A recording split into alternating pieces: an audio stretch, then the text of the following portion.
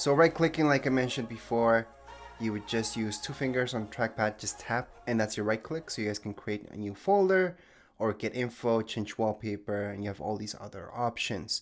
So if I want to create a new folder, I can just click, and there's my folder. So I just created a new folder by doing that. I can hold on to my options key on my keyboard, so that's on the bottom left hand side. Hold on to it, then I can just drag this and I can copy over that folder. That's how you guys can create another folder. You just copy it over. That's just the way. Command C, Command V would also copy and paste. Besides doing those shortcuts like Command C and Command V, you can right click like I just showed you, and then you guys can just copy and then right click again and then paste item, which would be your second option. And we just pasted it. Let me just zoom out because it did go right here to the side. So that's how you guys can copy and paste things, anything really, not just these folders, from your Mac. Those are 2 basic ways. And that's how you guys can create folders. Obviously, you're not going to want to create folders here on your desktop. You want to keep things organized. So you guys want to go into Finder. So open up Finder and you're going to see this. So most of you should just go into Documents. And in here, I'm just going to drag these things in here. And there we go. So you guys can keep your folders organized under Documents and not in your desktop. Because keeping things in your desktop all cluttered up actually does slow down your Mac a little bit. So it's better to keep them organized within folders, such as in Documents. You guys can also keep stuff under Downloads, Applications. That would be all your apps. But anyways, let's just go back to Documents. And then we're going to keep going with apps later on. I'm going to show you how to delete documents or any file out there on your Mac, which is actually fairly easy. All we have to do is just right click on top of it, move to trash. That's one way. Another way, let me just move it over there. We can press Command Delete. That's also going to delete it. And the final way, let me just zoom out. We're going to drag this, and keep in mind this could be any type of file for that matter. We can just drag it right on top of trash, let it go, and there we go. To fully delete them, and this is for any type of file, whether it's you're deleting it from an SD card, from a USB stick, external hard drive, from within your Mac, you always need to empty out your trash bin. So my trash bin is on the bottom right hand side. Right click, empty trash. Now before I press that, I want to show you that this is not the only way. You guys can open up your trash bin. So let's just double click on it, and then you're going to see it right here. You have the option to empty it on the top right hand side. And then you're going to get this warning about emptying it out, empty it, and there you go. That's how you guys can fully delete any files from your Mac, whether it's a picture, video, anything like that. Same thing. All right, so now let's move on to apps right here on your Mac, because there's a lot to go through. And I'm just going to show you the basics. So going to Finder. Under Finder, we can find all our applications right here. It's going to be your third option. And this is where all your apps are going to be at. So let me just open this up. These are all the default apps that you guys get with your Mac. There's nothing more. Now there is a folder here. So if I go to Utilities, there's going to be more stuff in here. So just in case, there is a folder within where you guys can see even more stuff. But generally speaking, we're taking a look at just your apps here. And I'm just going to go through them really quick so you guys get a handle of what's what. So first of all, Pages, that's like Microsoft Word. Numbers, it's like Excel. Keynote would be the exact same thing as PowerPoint.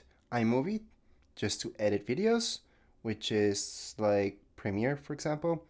GarageBand, you would be editing audio, well, creating music as well there. Then you have QuickTime Player, which you use to play things. You can also record your screen with that. Right here, Apple TV, Time Machine. Time Machine is something that's really good to set up. I do have a separate video about that, because for that, you need to buy an external hard drive. Once you guys get an external hard drive, look into the video that I have about time machines. That's a whole thing, and it's really great to use. Anyways, Apple TV. So from that hub, you guys can play movies, TV shows, and all that stuff. So again, that's a hub. It's going to take you into channels that you guys can subscribe to in order to play all these things, or even buy movies and anything like that. And the last main thing I'm going to show you would be your mail. You guys can just add in your Hotmail, Gmail, all your accounts under there. So you guys can just answer all your emails all in one app. If you guys have an iPhone or anything like that, it would be the same thing pretty much. Anyways, that's a quick look into the apps that come pre-installed on your Mac already. If you guys want to download more apps, You can do it from the App Store, but not all the apps that you may want to install on your Mac will be in the App Store. That's fine. Just go ahead and go into Safari. So here's Safari. That would be your web browser, and you can download any from there as well. It's just going to be a slightly different process, but regardless, they're all going to end up in your applications folder as well. Which, by the way, if you guys do want to download any apps from the App Store, you do need your Apple ID. So if you didn't create one for any reason, now would be the time to do it. Anyways, next up, what you should know is on the top right hand side of your screen, you're going to see your time. If you click anywhere here, and you're going to see this because this is the first time you're opening this up. You guys can modify this as much as you want. So I'm just going to click on that X, and then we're going to see all these things. You don't need this. You guys can take off and modify this as much as you like.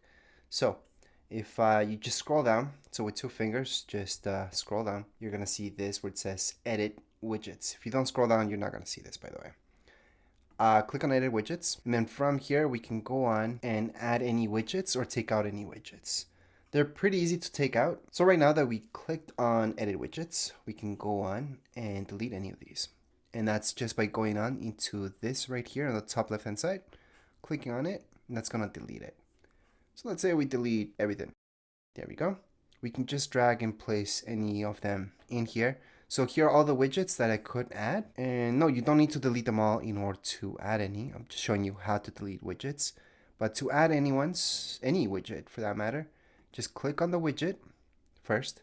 Then see which look you like. So it could be like something really small, which looks like so.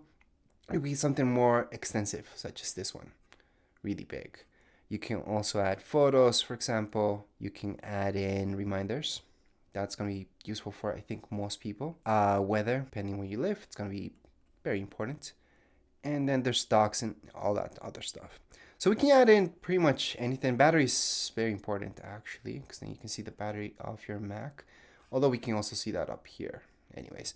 But this one tells you what percentage, so it's kind of nicer to see it that way. Plus, let's not forget that any other batteries that you hook up to your Mac or connected, such as any headphones, wireless headphones, you would see the batteries here as well. So that's kind of nice. So again, right here, you guys can see all the widgets that you can add: weather, tips, stocks, shortcuts, screen time, so many things right here.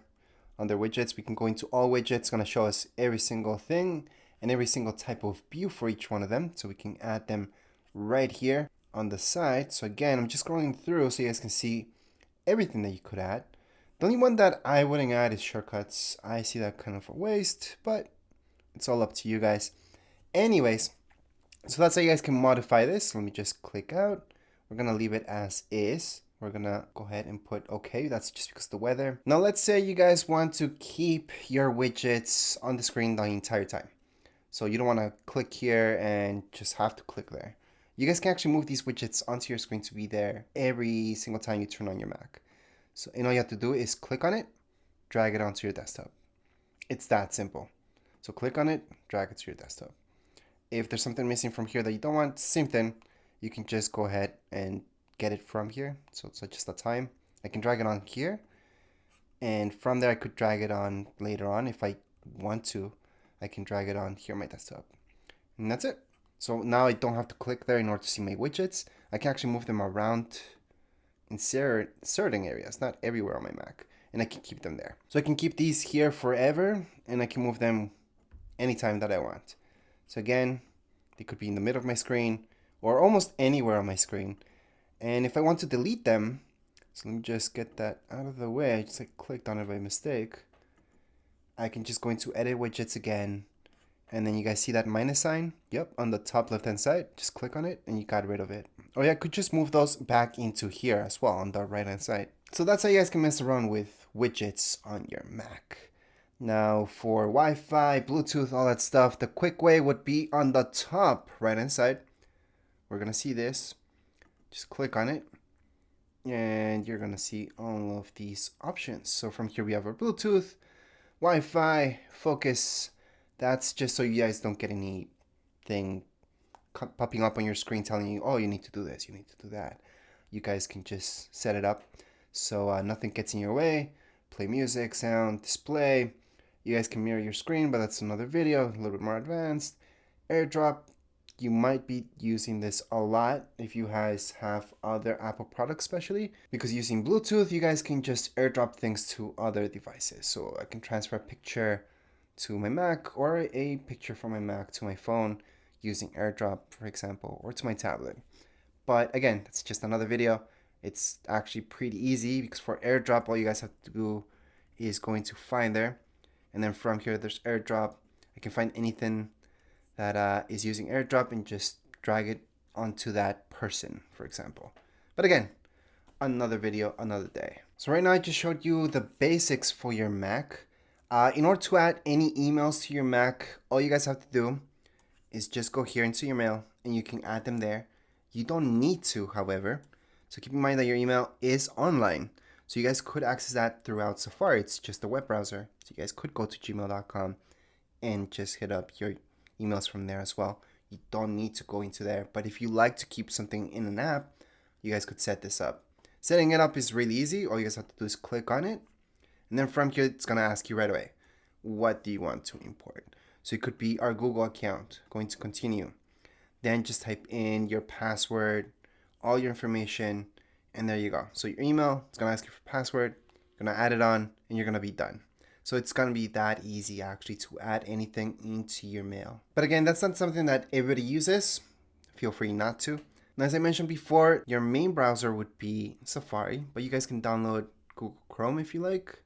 And to do that, all you guys have to do is just go here and type in Google Chrome and just download it. And yeah, you would download it from here and not the App Store. There's actually a ton of apps that you would download it from here and not the App Store. Although for some of them, you do have the option to go into the App Store and download it from there. Others, you don't have to. You can just go right here and it's gonna ask you if you guys want to download. It's gonna be, how do you know this is a legit one? Just look at that up here. It's supposed to say something like .com, like google.com, and then it's gonna tell you Chrome. That's how you know it's the official one and not an app that's being hacked by somebody and trying to get people to download.